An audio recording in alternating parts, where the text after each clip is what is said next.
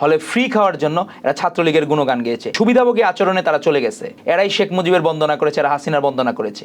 মানুষের যে বিবেক জাগ্রত হয়েছিল সেই জাগ্রতের সম্মিলিত ফসল হচ্ছে এই 24-এর গণ অভ্যুত্থান। তারা বোকার স্বর্গে বাস করছে। এরা আসলে হাস্যকর কথাবার্তা বলে, তো আমাদের মনে হয় যে এরা গ্রাম থেকে নতুন আসছে। একটা মানুষ গ্রাম থেকে নতুন আসলে শহরের সব কিছু রঙিন লাগে, এদের পৃথিবীটা রঙিন লাগতেছে, কারণ এরা এক সময় হলে থাকার জন্য, হলে ফ্রি খাওয়ার জন্য এরা ছাত্রলীগের গুণগান গেয়েছে, নিষিদ্ধ ছাত্রলীগের গুণগান গেয়েছে, এরাই শেখ মুজিবের বন্দনা করেছে, এরা হাসিনার বন্দনা করেছে, এরাই তো সেই বন্দনাকারী। আজকে বন্দনাকারী কারা ছিল? এখন ধরলাম তাদের বিবেক জাগ্রত হইল, কিন্তু তারা কিন্তু তাদের অতীত, সেই সময় সুবিধাভোগী আচরণে তারা চলে গেছে।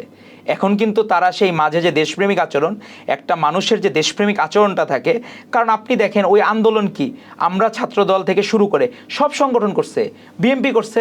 আমাদের মা বোন এমনও মেয়ে আছে যারা ইন্ট্রোভার্ট, কোনোদিন বাইরে বেরোয় নেই, নিজের হাতে কোনো তরকারি কোনোদিন রান্না করে নেই, কিন্তু সে বলছে যে আমাকে রাজপথে যেতে হবে। অজস্র উদাহরণ আছে এরকম, আপনি দেখলে অবাক হয়ে যাবেন। তার বিবেক জাগ্রত হয়েছে ওই সময়। যে মানুষ নিজে, আমরা বলে না যে ভাজা মাছটা উল্টা খেতে যায় না, সেই ব্যক্তি কিন্তু রাজপথে গেছে, কারণ সে দেখছে বিরচিত মৃত্যু, সে দেখেছে আবু সাইদ কীভাবে মৃত্যুবরণ করেছে, সে দেখছে ছাত্রদলের অসীম আকরাম কীভাবে মৃত্যুবরণ করেছে, সে দেখেছে আমাদের মাগুরা জেলা ছাত্রদলের ভারপ্রাপ্ত সাধারণ সম্পাদক মেহেদী হাসান রাব্বি, তার ওয়াইফ ছিল প্রেগনেন্ট, সে হলো 6 মাসের প্রেগনেন্ট ছিল, সে রেখে তার বিরচিত মৃত্যু করেছে, মানুষজনকে বিবেকে নাড়া দিয়েছে। আমাদের বোন যে হ্যারেস হয়েছিল, ওই ছবিতে আপনারা দেখেছেন যে কিভাবে তার রক্তক্ষরণ হচ্ছিল, একটা বোন বলতেছিল যে আমাকে মারেন না, তাকে ওইভাবে মেরে দিচ্ছিল। মানুষের বিবেক জাগ্রত হয়েছিল, মানুষের যে বিবেক জাগ্রত হয়েছিল সেই জাগ্রতের সম্মিলিত ফসল হচ্ছে এই 24-এর গণ অভ্যুত্থান। এখন এইটা যদি কেউ আমিত্ববাদ হিসেবে দাবি করে, তাহলে আমি বলবো তারা বোকার স্বর্গে বাস করছে। কারণ বোকার স্বর্গ কেন? শেখ মুজিবকে মানুষজন ঘৃণা করে কারণ তার আমিত্ববাদের কারণে। সে কিন্তু যখন এই দেশ স্বাধীন হয়, বাংলাদেশ স্বাধীন হয়, সে কিন্তু পরবর্তীতে জানতে চায় নাই এই 9 মাসের রক্তক্ষয়ী যুদ্ধে কী হয়েছে। এখানে জেট ফোর্সের আমাদের শহীদ রাষ্ট্রপতি জিয়া রহমান বীরুত্তম স্বাধীনতার ঘোষণা দিয়েছেন, নিজের জীবনের মৃত্যুর কোনো পরোয়া করেন নাই উনি। আমিত্ববাদ, সব ক্রেডিট আমার নিতে হবে কেন? আপনার ক্রেডিট, ধরেন একটা উপমা আছে, সেটা হলো আমি আমার বাসায় যে ছোট বোন, সে আমাদের বাসায় দেখা গেল যে আব্বুকে ইমপ্রেস করার জন্য দেখা গেল রান্না করে, আমাদের যারা হেল্পিং হ্যান্ড আছে বা ইয়ে আছে তারা রান্না বান্না করে দিল, সে শুধু জাস্ট পরিবেশনটা করে দিল।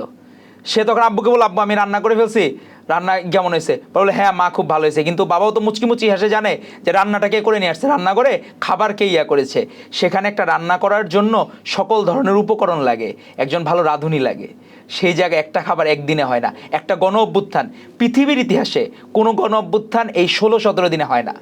আজকে ফ্যাসিস্ট হাসিনা খারাপ, এটা কেন খারাপ? আপনার 16 বছরে সে একদিনে খারাপ হয়েছে? একটা মানুষ তো হুট করে খারাপ হয় না। এই 16 বছরের জার্নি কীভাবে আপনি অবজ্ঞা করবেন? আপনি যখন বলবেন, আমি আপনাকে স্পষ্ট করে বলতে পারি এনসিপিসি নেতাদের উদ্দেশ্যে যে তারা প্রত্যেকটা শিরোনাম দেখুক।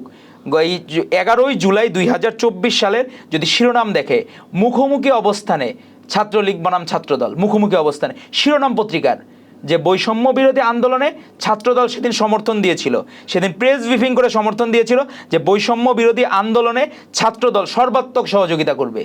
ওই প্রেস ব্রিফিংয়ে উপস্থিত ছিলেন আমাদের মৃত্যুঞ্জয় ছাত্র অ্যাডভোকেট রুহুল কবির রিজভী আহমেদ, উনি নিজে উপস্থিত থেকে ঘোষণা করেছেন। শিরোনামগুলো আমি দেখতে বলবো।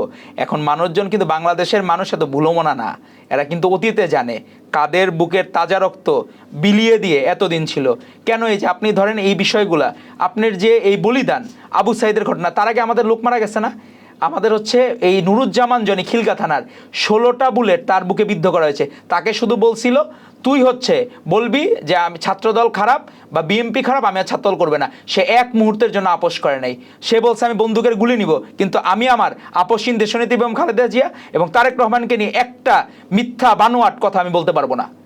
সে মৃত্যুকে বরণ করে নিয়েছে, মহিমান্বিত মৃত্যুকে বরণ করে নিয়েছে, আপোষ করে নাই। তো আপনি কিভাবে জনি ভাই, নুরুজ্জামান জনি থেকে শুরু করে নূরে আলম সিদ্দিকী, প্রত্যেকে অনেকে মারা গেছেন এই বলিদানগুলা। এই পুরো জার্নিতে বাংলাদেশ জাতীয়তাবাদী দলের হাজার হাজার মানুষ শহীদ হয়েছেন।